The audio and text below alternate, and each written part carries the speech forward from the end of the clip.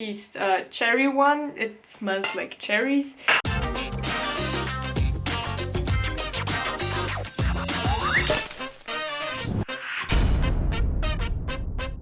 Hey guys, my name is Judith and you're watching my video, and today I'm here to give you all the pro tips on how to use dry shampoo, because as you may know, I don't really like to wash my hair that often because I have dyed hair, obviously, and I can only go so many days without washing my hair until it looks like disgusting or weird or bad or whatever you want to call it. So I'm quite a pro at using dry shampoo because I have to all the time when my hair is colorful to make it look good. So yeah, let's just get into the videos and I'll tell you all the tips and tricks.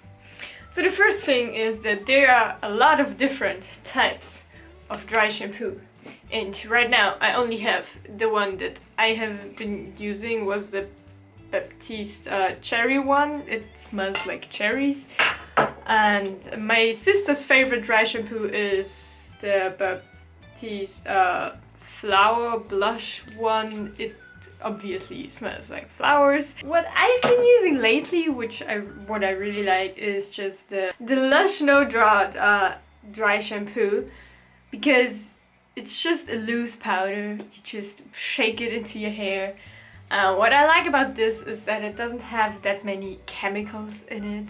So I know I'm studying chemistry, it has obviously chemicals in it, because I hate it when people say it like that, because everything is chemicals, like the air you breathe, it's chemicals.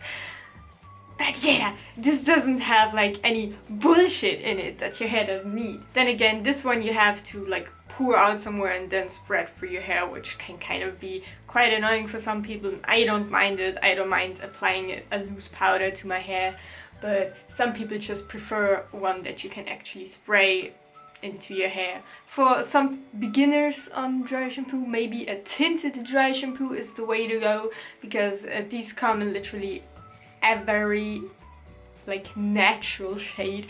Obviously I haven't seen any blue dry shampoos yet, which is why I don't use tinted dry shampoos, but they come from blonde to brown to dark brown to black, and it just helps you because as some of you know, if you use dry shampoo at first it's just gonna be white powder in your hair, and it makes your hair look like you're a granny because your hair literally turns white for a minute. But yeah, and now to the first actual pro tip. Like, when you found that one hair shampoo that works for you, like for me there are some that just don't work for me, that make my scalp itch, and so you just gotta try a lot of different brands until you find the one that works for you. Like, even though Baptiste and Lush work for me quite well, that doesn't have to mean that they will work for you as well. So you just have to try a few different brands of dry shampoo and then find out the one that works best for your hair, for your scalp, because that just varies throughout different people.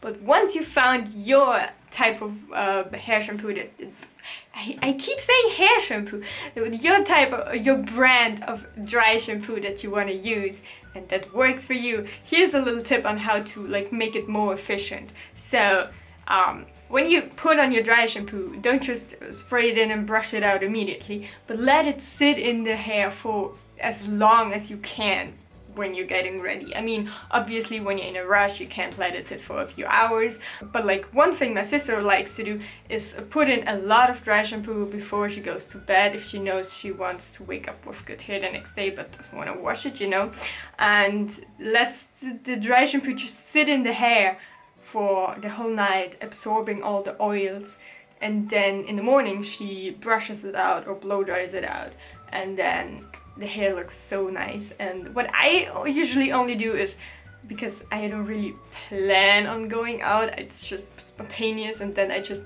put on, like, the first step in getting ready for me is always putting on dry shampoo if I have to, and then I just let it sit on my head for as ever long it takes me to get ready, and that's like half an hour to up to an hour, and then I just let it sit on my head. I don't touch my hair while I'm getting ready, and then the last thing I do when getting ready is brush or blow dry it out.